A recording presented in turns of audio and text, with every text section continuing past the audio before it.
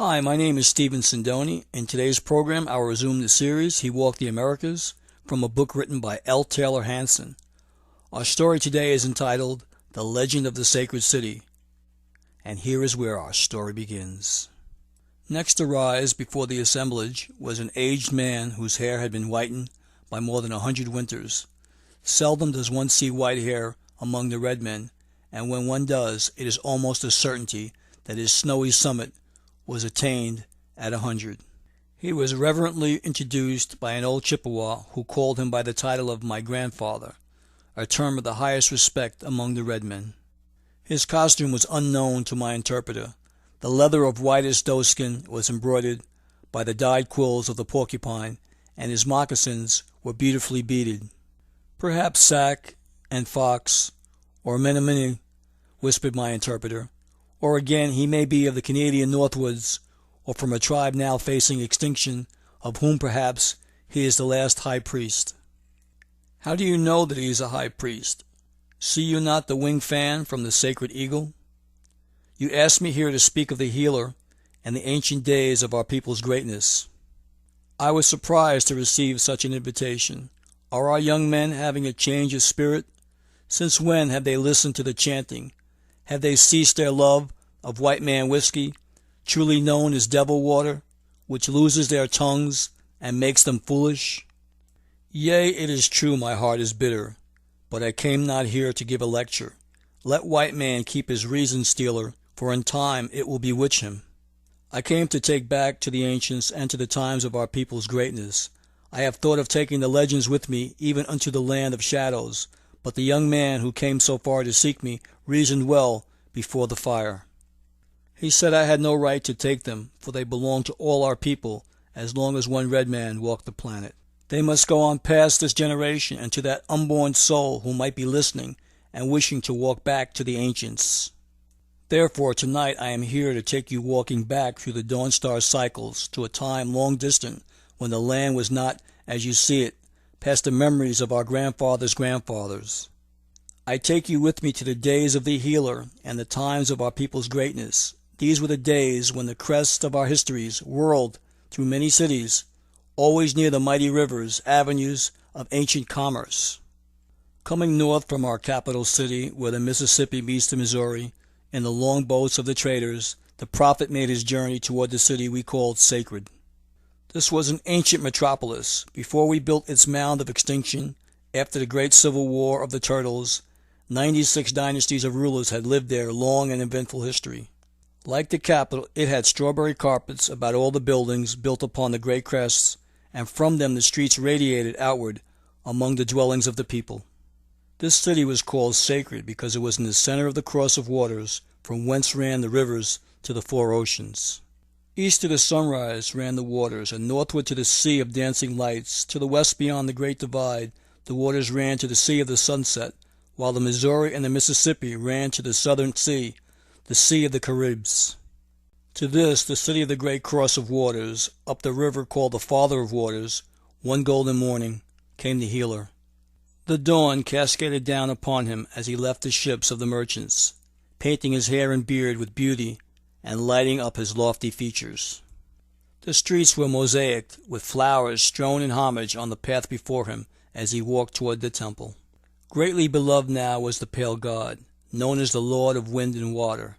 His every move bespoke his kindness, his every touch revealed his divinity, and before him all the people bowed down. Through rows of worshippers he moved to the temple in quiet solemnity, holding up his hand in blessing, that hand with a strange palm marking, for through it was engraved the true cross which he had taken as a symbol. There at the temple he abode among us, though he often rode away with the merchants, or more often walked to distant villages, holding in his hand his great staff, and stopping to speak with all the people, from the aged to the children. Once there was a great stir among the villages. Messages had been flashed with obsidian mirrors and the smoke puffs of more distant signals. They spoke of an array of nobles who were coming to the sacred city from a land called Golden Tolan. At first the people were much frightened, for though long had we traded with distant Tolan, yet if these emissaries were to be followed by their mighty metal-clad armies, the Puan cities would be lost. The prophet was the least disturbed. He gathered about him a council of the merchants, and soon he mastered the Toltec language. These men in peace were coming northward. He told the frightened people, and shortly the messages confirmed his story. Before long, well confirmed were his statements. Indeed, they were coming to take back the healer to the city of Golden Tula, a fantastic place of magnificent beauty. Grand preparations were made to receive the emissaries, long with the lines of chanters, the dances most elaborate, and much practice went on with conch shell trumpets, flutes, and tom-toms for the grand celebration. Then at last the day dawned, and the longboats were sighted coming up the river. In the lead, as was proper, came the ships of the Puans, laden down with goods of commerce, and following them the ships of the Mayans and some other forgotten peoples. At last came the beautiful ships of Tolan. From that first ship came the guards all clothed in metal, and then a ship loaded of glittering musicians played upon many strange instruments of music. The last two ships were filled with the emissaries. Most lordly stepping were those nobles as they came down from ships' houses, and all the people were hushed with admiration. Long and thick were their emerald feathers, unlike any seen by the Puans.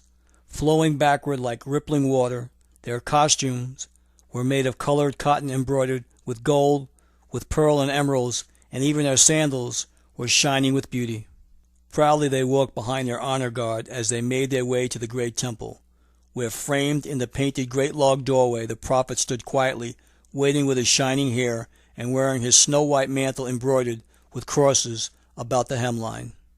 It is said that the strangers brought many presents, among which were snowy garments and a pair of golden sandals, which indeed he wore forever after. The Mayans too laid gifts before him and received from him the blessing. However, when after 4 days passed the ships departed without the healer, the joy of the people was tempered with sorrow when they learned that the pale god had given his promise to go one day soon to Tolan, after he had visited first with other nations. The Mayans too and the other peoples all returned happily down the river, for they all carried back a promised visit. For them this was a thing for rejoicing, and it was a well-known fact that the healer never broke a promise. The prophet went both north and west with his long staff, in his golden sandals, and his snowy garments, and never more was seen by the Puan peoples. But word came back some 4 years later that he was on his way to Tolan, where a kingly reception awaited his coming. He went by the way of the Chihuahua Valley, which means the highway of ancient power.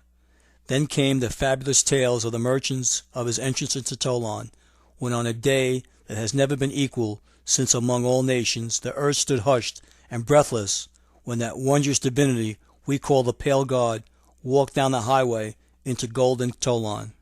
It is sad for me to retell this story, for the memory of the present comes through to haunt me as if in terrible mockery, yet I chant it for you. The young men who listen and for generations will again retell it, on into the cycles of the future, as long as the son of our blood still walks the planet.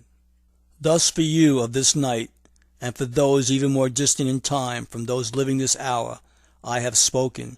In bitterness had I sworn that these pictures would fade with the brain which carried them forward, but it is true that I had no right to think that, and so I released them into the future, to that perhaps unborn soul who will listen and love them, as I, when a boy, would crouch listening about the firelight and walk enraptured in spirit through a day so long vanished. I too have spoken.